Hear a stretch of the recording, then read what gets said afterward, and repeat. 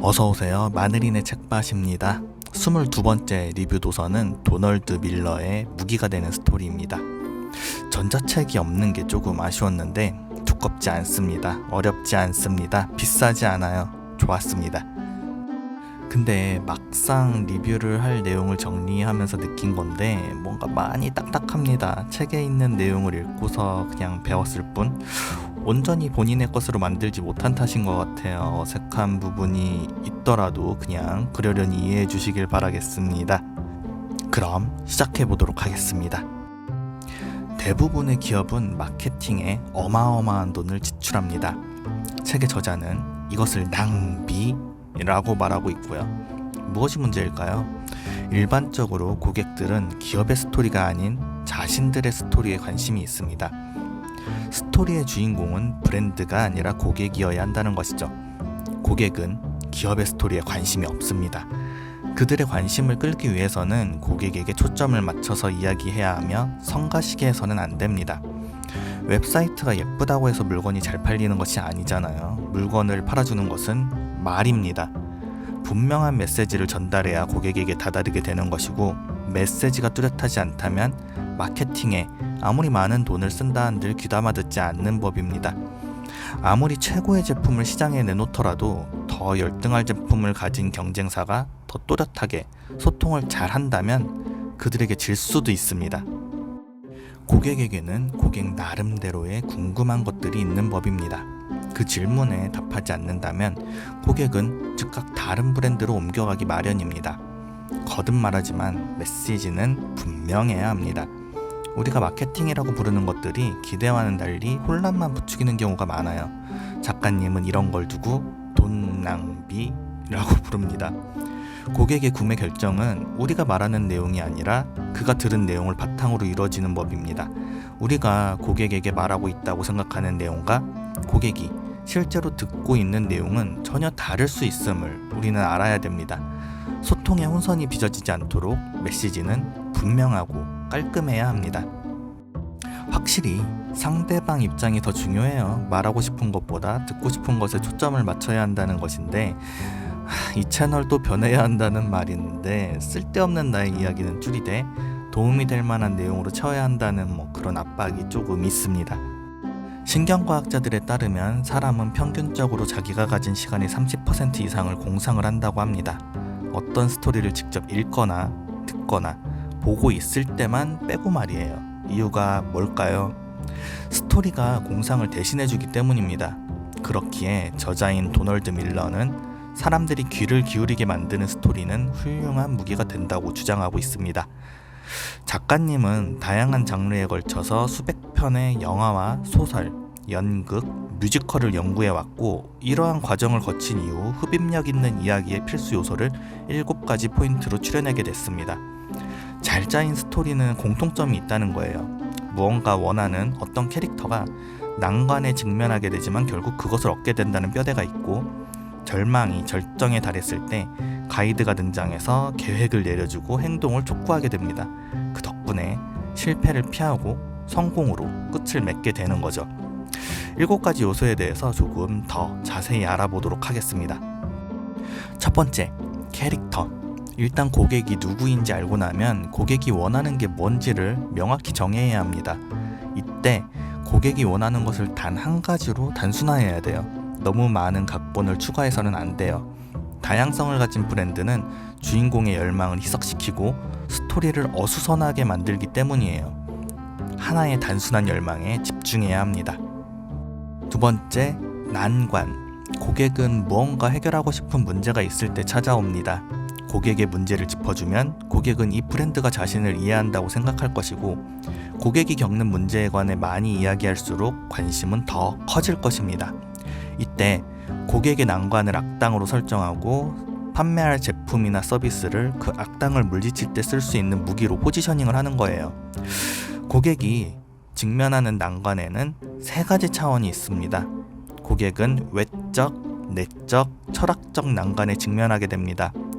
악당이 외적인 문제를 일으키고 이로 인해서 캐릭터가 내적 좌절을 겪게 되는 거죠. 철학적으로 잘못된 일이기에 더 고뇌하게 됩니다. 때문에 고객의 난관이 외적 문제에 한정된다고 생각을 해서는 안 돼요. 사람에게는 좌절을 해결하고 싶은 내적 욕구가 외적 문제를 해결하고자 하는 욕구보다 크며 이것이 더 큰 동기부여를 하고 있기 때문입니다. 여기에 브랜드가 추가적인 가치를 더하고 고객에게 더 깊은 의미를 느끼게 해준다면 고객이 직면하는 철학적 문제에도 도달할 수 있습니다. 셋째, 가이드. 인간이라면 누구나 나의 싸움을 도와줄 가이드를 찾게 됩니다. 브랜드가 스스로를 주인공으로 설정한다면 고객은 다가오지 않습니다. 스스로를 주인공으로 설정하는 브랜드는 실패할 수밖에 없어요. 언제나 고객을 주인공으로 설정해야 합니다. 브랜드는 가이드입니다. 예외 없어요. 가이드는 이미 그 일을 겪어본 사람이고 주인공이 겪는 난관을 정복해본 사람입니다. 스토리에서 가장 큰 권위를 갖고 있는 사람은 주인공이 아니라 가이드인 셈이죠. 고객에게 가이드로 인정받기 위해서는 두 가지가 필요해요. 공감과 권위라는 그 정확한 원투펀치를 가지고 있어야 됩니다. 사람들은 자신을 이해해주는 사람을 신뢰해요. 고객의 내적 문제가 뭔지 찾아낸 다음 그 점을 이해하고 해결책을 찾을 수 있도록 돕고 싶다고 그렇게 알리기만 하면 됩니다. 넷째, 계획. 고객은 우리와 거래를 하면 어떻게 되는지 분명한 경로를 보여주길 바라고 있습니다. 구매는 일반적인 관계에서 나오는 게 아니잖아요. 구매에는 확고한 결심이 필요합니다. 고객의 두려움을 줄여주기 위해서 약속을 하고 혼란을 없애기 위해 과정을 설명해 줘야 합니다. 계획이 없는 것이야말로 고객을 헷갈리게 만드는 가장 확실한 방법이에요. 효과적인 계획은 위험 부담을 제거해주는 역할도 합니다. 다섯 번째, 행동 촉구. 매사에는 이유가 필요해요. 인간은 꼭 그래야만 하는 이유가 생기지 않는 이상 인생의 중대 결정을 내리지 않습니다. 고객이 회사의 마음을 읽을 수 있다고 지레짐작하면 안 돼요. 고객에게 행동하도록 촉구해야 합니다. 소극적인 태도를 취하면 제품에 대한 신념이 부족하다는 인상을 줄 것이고 분명하게 사달라고 말하지 않으면 고객은 뭔가 약하다고 느낄 거예요. 이 브랜드가 그들의 삶을 바꿔주는 게 아니라 기부를 요청하고 있다고 느끼면 안 되잖아요. 브랜드가 고객에게 구애를 하는 것은 당연한 일이니까 먼저 행동해야 하는 쪽은 항상 브랜드입니다. 여섯 번째, 실패. 데니얼 카먼의 전망 이론에 따르면 사람들은 이득에 만족하기보다는 손실에 불만을 가질 가능성이 더 크다고 합니다. $100를 따서 좋아하는 것보다 $100를 잃기 싫어하는 마음이 더 크다는 것이죠. 이는 잠재적 이득보다는 손실 회피가 구매 의사 결정에 더 큰 동기가 될 수 있음을 의미합니다. 적당한 정도의 공포를 일으키는 콘텐츠가 포함되어 있을 때 행동의 변화가 가장 효과적으로 나타나게 되는데 고객에게 들려주는 스토리에 굳이 공포를 과도하게 사용할 필요는 없다고 하네요. 요리에 들어가는 소금이 한 꼬집이면 충분한 것처럼 적당한 공포면 된다고 합니다. 마지막으로 성공. 고객이 제품이나 서비스를 구매할 경우 고객의 삶이 얼마나 훌륭해질 수 있는지 직접 말해줘야 합니다.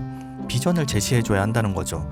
브랜드가 어디로 데려가는지 말해주지 않는다면 사람들은 브랜드를 따라오지 않습니다. 스토리는 막연해서는 안 되고 구체적으로 정의되어야 해요. 구체적인 사람에게 일어날 구체적인 일들을 이야기해줘야 되는 거죠. 무엇을 팔던 간에 사람들이 해당 제품을 행복하게 사용하고 있는 모습을 보여줘야만 합니다. 주인공은 보통 흠결이 있습니다. 그래서 그런 걸까요? 인간은 누구나 변신 욕구가 있어요. 좋든 싫든 모든 브랜드는 누구나 고객의 변신에 참여하고 있고 고객이 가진 단 하나의 가장 큰 동기를 찾아내는 것이 그들의 미션입니다. 그리고 그 미션은 분명한 메시지를 전하는 것에서부터 시작을 합니다. 하지만 쉽지만은 않은 것 같네요. 처음 읽어보는 장르였습니다. 마케팅. 읽어본 적 없는 장르예요. 나랑은 별로 관련이 없어 보이기도 하고 평소 관심을 갖던 주제도 아니고 그닥 읽고 싶은 마음이 안 생겼던 책입니다. 그래도 막상 읽어보니 마케팅에 관해서 아는 게 아무것도 없는 저 같은 사람이라도 어느 정도 따라갈 수 있는 책이었던 것 같아요. 따라가기에 버거웠던 책은 아니었습니다. 어느 정도 고민해봐야 할 문제겠지만 생각하기에 따라서는 평범한 일상생활에도 어느 정도 적용할 수 있는 것들이 있지 않을까 싶었습니다. 마늘이네 책밭은 매주 금요일 도서 리뷰를 업로드 중입니다. 구독과 좋아요 눌러주시고요. 그럼 저는 다음에 뵙겠습니다.